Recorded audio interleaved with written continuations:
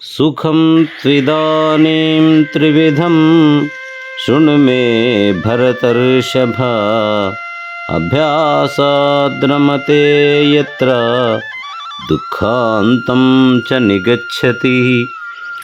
అర్జున, దేని అభ్యాసము చేత మానవుడు దుఃఖ నాశనమును సుఖానుభవమును పొందుచున్నాడో అట్టి సుఖం ఇప్పుడు నా చేత 3 విధములుగా తెలుపబడుచున్నది, వినుము.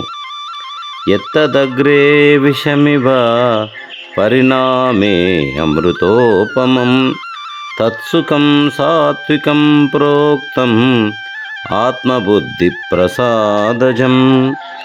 తన యొక్క బుద్ధి ప్రసన్నత వలన కలిగిన ఏ సుఖము ఆదియందు విషం వలను అనంతరము అమృతము పోలినదిగాను ఉండునో అట్టి సుఖము సాత్విక సుఖము అనబడును.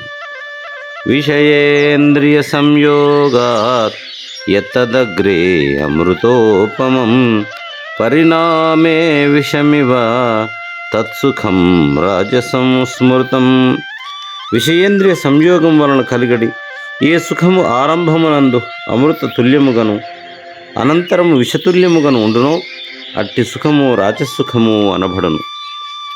యదగ్రే చానుబంధే చ సుఖం మోహనమాత్మనః, నిద్రాలస్య ప్రమాదోత్తం తత్తామసముదాహృతం. ఆది అంతముల యందు మానవులకు మోహమును కలుగజేయనదియు నిద్ర అలసత్వము ప్రమాదం వలన కలిగినదియునైన సుఖము తామస సుఖము అనబడుచున్నది. న తదస్తి పృథివ్యాం వా దివి దేవేషు వా పునః, సత్వం ప్రకృతిజైర్ముక్తం యదేభిః స్యాత్ త్రిభిర్గుణైః. ప్రకృతి నుండి జనించిన ఈ 3 గుణముల నుండి విడిపడిన వస్తువు భూలోకమునందు గాని స్వర్గలోకమునందు గాని దేవతలెందు గాని గోచరించదు. ఓం నమో భగవతే వాసుదేవాయ. ఓం నమో భగవతే వాసుదేవాయ. ఓం నమో భగవతే వాసుదేవాయ.